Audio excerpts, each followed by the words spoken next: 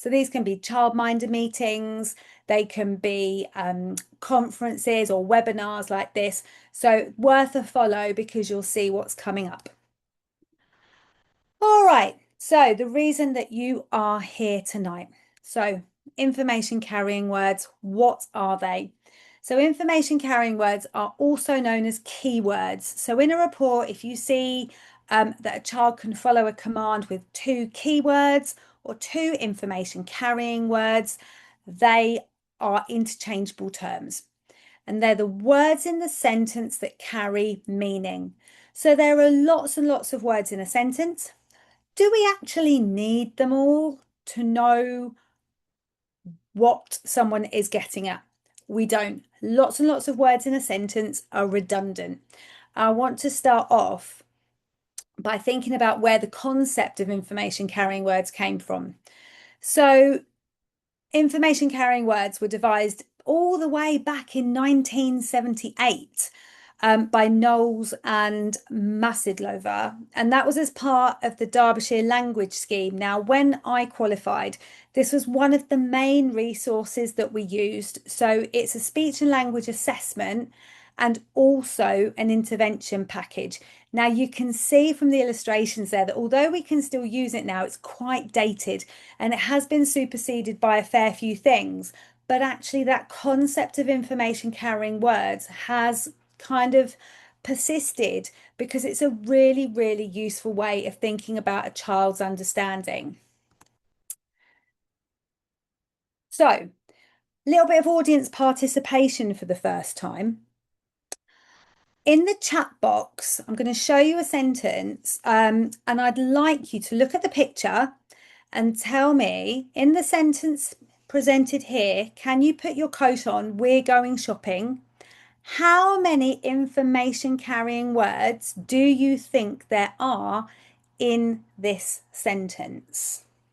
Just have a guess. How many words in this sentence do you think this child needs to understand in order to do the thing? Now, I'm not going to come out of the presentation, look at chat, but Damon's going to shout out some of the answers. A 3, a 3, a 2, a 2, a 3, a 2, a 2, a 4, a 3, a 2, a 4, a 4, a 2, a 4, a 5, a 4, Okay, lots then. 5. Okay, great. Thank you, Damon. Fabulous. So anywhere really between 2 and 5. Okay, the answer is none, none whatsoever in this sentence. Because if we have a little look, mum's wearing a coat, mum's got a shopping bag, she's pointing towards the little girl's coat.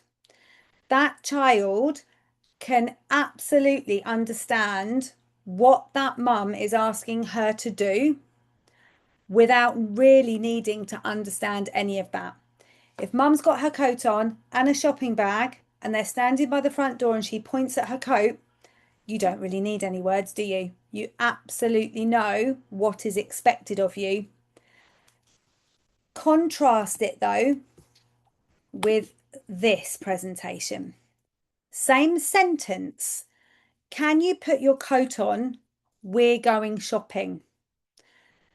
So now there are some information carrying words because there are no clues here as to what's expected from the child. There's no shopping bag, there's no coats, there's no context, okay? And now the child does need to understand some of the words in this sentence. And I would say the answer to this would be 1, perhaps 2. And I would say the words that she needs to understand in this sentence, if it's only one, would be coat, and the other one may be shopping. But really, if she hears the word coat, that child will probably go and get her coat. Shopping helps to give her a little bit of context about where they're going, but she doesn't need it to actually do the command. The word can, you, put, your, on, we're going. They make it grammatically full and grammatically correct, but do we need them? We don't need them. Okay, now it can take a little while to wrap your head around this, so I'm going to break it down a little bit further for you. So we need to think, what makes an information carrying word then an information carrying word? Why were some of those information carrying words and some of them not? Choice. So there being any kind of alternative and no clues. So they are your two things that make an information carrying word an information carrying word. Again, don't worry, I've got some examples coming up now. And what we're going to do is we're going to use something called the Teddy Talk test to help us to make sense of what an information carrying word is. Now, the Teddy Talk test, if you've been to any of my webinars or any of my conferences before, you'll know that I like the Teddy Talk test and I use it a lot. So it's a lovely little assessment of a child's understanding and expression. And this is made for children from 18 months to 5 years. Actually, anybody who's working in sort of early years, preschool, reception can use it. You don't have to be a qualified speech and language therapist, but I would say that you really do need to have a handle on what information carrying words are in order to use it in the right and the fullest way. So we're going to use the Teddy Talk test and the items in the Teddy Talk test to help us make sense of what information carrying words are. So the first part of the assessment really is point to or show me or give me the. Teddy, point to the shoe, point to the duck. So really the alternatives there are all of the other items. So point to the shoe as opposed to anything else. Point to the spoon as opposed to anything else. Okay, so that's quite easy in that sentence. Your information carrying word is the thing that I want you to show me. Okay, now we get into the interesting part. So two information carrying words. So one of the items is, or one of the commands is give Teddy a drink. So the child has to give Teddy a drink, not the duck. So we've got a duck contrasting with Teddy. So there's your choice. And you have to give him a drink. So you have to put the cup to Teddy's mouth rather than the spoon. Okay, so that's where you can see that the child really does understand what they have to do, because there is a contrast there that they're not making that mistake. Put the key in the cup. So again, they're having to choose the key rather than the spoon or the brush, and they have to put it in the cup. Rather, they could put it in the shoe. There's something else they can put that in. So that's why that's two information carrying words, because there's two things where there's an alternative thing that that child could choose. Three information carrying words. Make duck jump on the brush. So we don't need make and we don't really need on the. We're looking at duck, jump, brush. So again, it has to be duck rather than Teddy. It has to be jumping on the brush rather than just putting it on the brush. So I have a lot of children who will just put the duck on the brush. They have to do the jumping. That's what tells me that they get that information carrying word. And it has to be a brush rather than a ball. Again, brush Teddy's foot. So we're looking at actually brushing rather than touching or holding. So any other verb. Teddy's foot rather than ducks, and foot rather than any other body part. I hope this is making sense. It's something that, again, you can go back and watch again later and just think, okay, yes, I get this. 4 information carrying words. So these are those longer strings, these longer commands, more complex. Put the key in the cup and the spoon in the shoe. So again, it's a key versus a spoon, a cup versus a shoe, spoon versus a key, shoe versus a cup. So there's the basic premise is, could this child do this thing with another thing? And if they can, there's a choice there, and that means it's an information carrying word. And then there's a basic one, like find the spoon, the brush, the key, and the duck. So it's just fine. They don't have to do anything with anything. They just have to find those 4 items instead of any of the others that are there. Okay. So what does this look like in an assessment then? How does a Teddy Talk test look? Okay, if I'm doing the Teddy Talk test. Now, this is my daughter Connie, who is now nearly 10 and used to do this for fun. I promise you I didn't make her. This used to be one of her favourite games. And this is showing you 2 and 3 information carrying words. So this is what it would look like in an assessment. Hey, can you give Teddy a drink?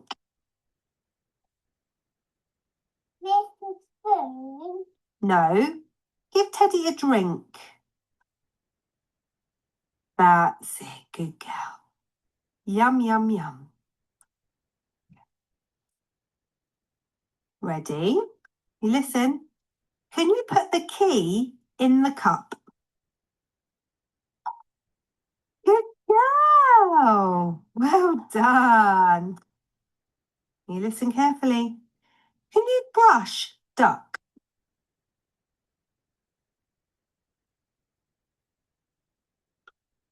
Good girl, Connie. Pop them down. Mummy. It's okay. Listen carefully. Can you put the spoon in the shoe? Yay! Good girl. I pop the spoon back. Right, can you listen carefully? Can you brush Teddy's foot? Oh, good girl, Connie. Pop him down. Good girl. Can you put the key under the shoe?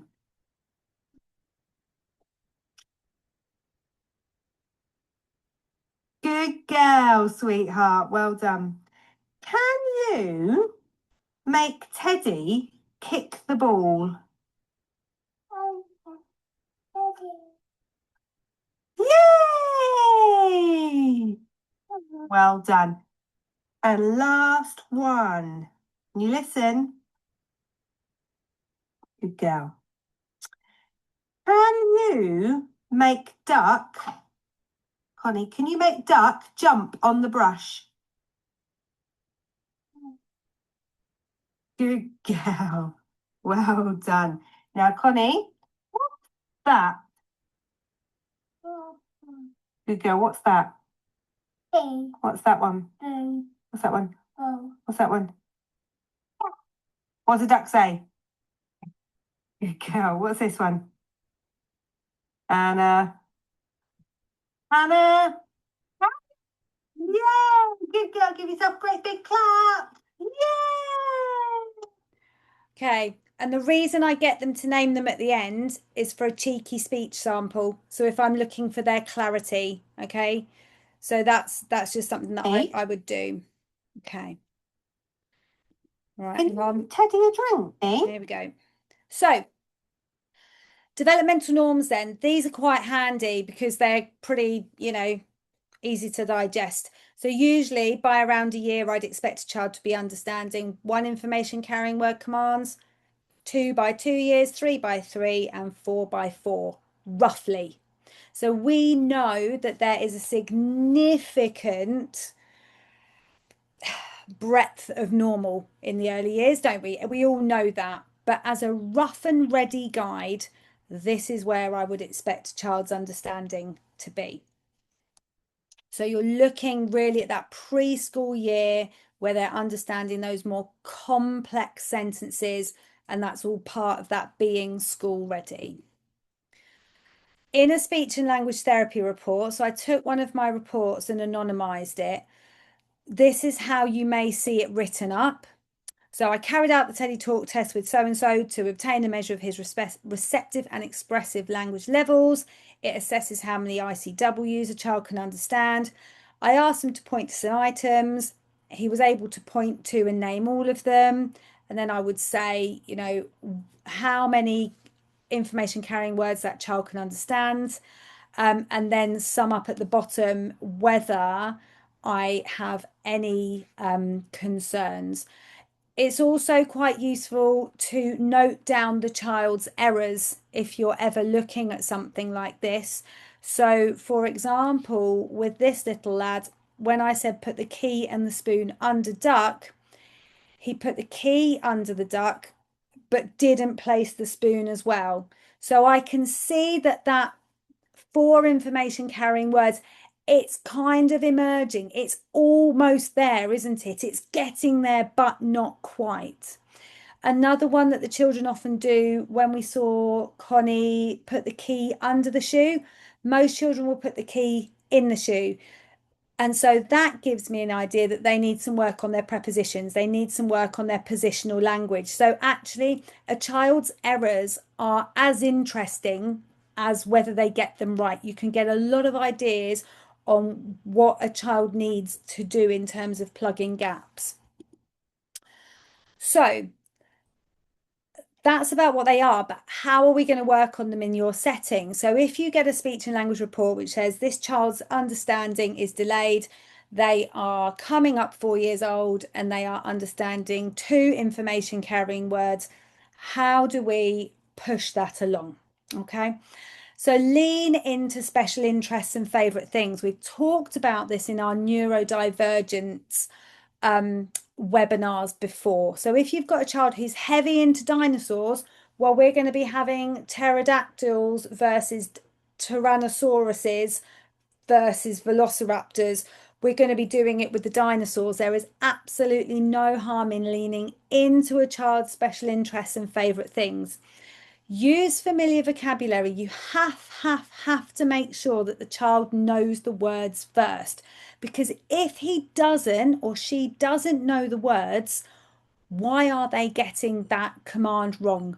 Is it that they don't understand the command, or is it that they don't understand the vocabulary within it? So that's why we start off with that 1 information carrying word task at the start. Point to the bear, point to the cup, point to the shoe, point to the key, because then I know that child knows all the vocabulary items before we get going. And it's not a vocabulary issue, it's a complexity of the command issue. Watch yourself that you don't give clues. Eye pointing is a thing. And as speech and language therapy students, we all lost count of the amount of times we were told, no, you gave the answer away, because we went point to the key and looked at the key, point to the cup, and we were looking at the cup because we wanted to see whether they picked the cup up. But actually, by looking at the cup, we were telling them what we wanted them to do. So you've got to be absolute poker face. Be really careful. And this is something else that I have parents say to me. They say, my child absolutely understands what I want them to do. They may be giving the example of something like, they'll always put their crisp packets in the bin. And I can virtually guarantee that every time that child is asked to put their crisp packet in the bin, mum will go, can you get that crisp packet and put it in the bin? And they'll gesture to the crisp packet and then they'll gesture to the bin and they'll go, my child understands everything I say. Very possibly they understand everything you're gesturing, but they might not understand everything you say. So really be careful not to give any clues away. Be creative.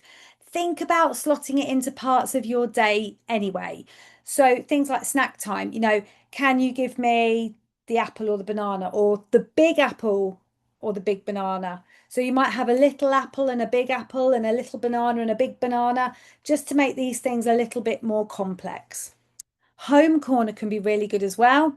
So give the boy the red boots. So you would have a boy and a girl toy, and you might have red ones and blue ones, and you might have boots and shoes. But you can use what you've got around you. And I'll be honest, it takes a little while to get your head around. It really, really does when you're setting a task up. But once you've got the hang of it, it's quite easy to do with the stuff that you have. You can make the good old flashcard activities as well. And I'm going to show you an example of one in a minute. But using the stuff that you've got and keeping it play makes it a lot more palatable for everybody. Don't be in a hurry to go on to the next level of information carrying words. Give it time to embed. Okay, because sometimes you go, oh, yeah, great, they've got 3 information carrying words. Let's go straight on to 4. Sometimes you're better just to stick at 3 information carrying words for a few weeks, let it embed. And And a bit like potty training, you might have to step up and down when you move from one level to the others. If they're not quite there, if you try and go for it at the next level and they're not quite there, go back down again. Sit back on that previous level again and then have a go again in another couple of weeks. Okay? Don't be in a hurry. So how can we develop information carrying word understanding? So if you can look at leadsforlearning.co.uk, they've actually put together some really lovely examples of 1 to 3 word level activities using common things that you may find in your setting. So I've just taken a couple as examples, but there's absolutely loads. So if you're in the construction or the small world area and you've got some blocks and you've got a few animals and you've got little figures of a boy and a girl or a man and a lady, you might literally say, you know, where's the plane, where's the car, where's the bus? You might get them to do something. 2 information carrying words. It might say, I'll put mummy in the car, or baby wants to go in the boat. You use verbs as well, so they're really good. So you can do things like cat jump, dog sleep, things like that. So have a little look at this and see whether you can think about ways that you can use what you've already got already.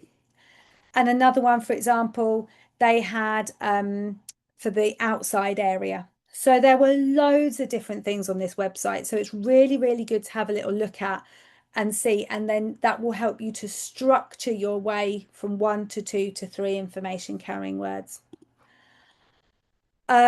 This was off of Twinkle. I know there's varying opinions on Twinkle, but this little activity was lovely. So there was a girl, a boy, and a wolf. And then you had lots and lots of different coloured clothes to put on them. And then they also got quite complex by having big shoes and little shoes as well. So again, you could maybe say, give the boy the big pink shoes. So the boy contrasts with the girl or the wolf. Big contrasts with little. Blue contrasts with all of the other colours. Shoes doesn't contrast with anything because they're all shoes, okay? But you've got 3 information carrying words right there, okay?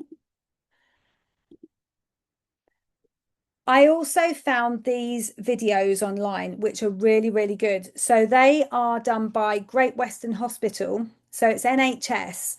And they've got some lovely little sort of 4 or 5 minute videos on 1, 2, and 3 information carrying words. So these are done by the speech and language therapy team at Great Western Hospital. And I watched these and they're really, really good.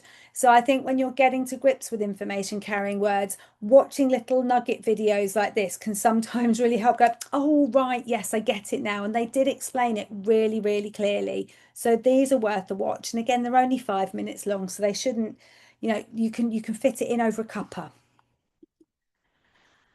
So that was a whistle-stop tour on information carrying words.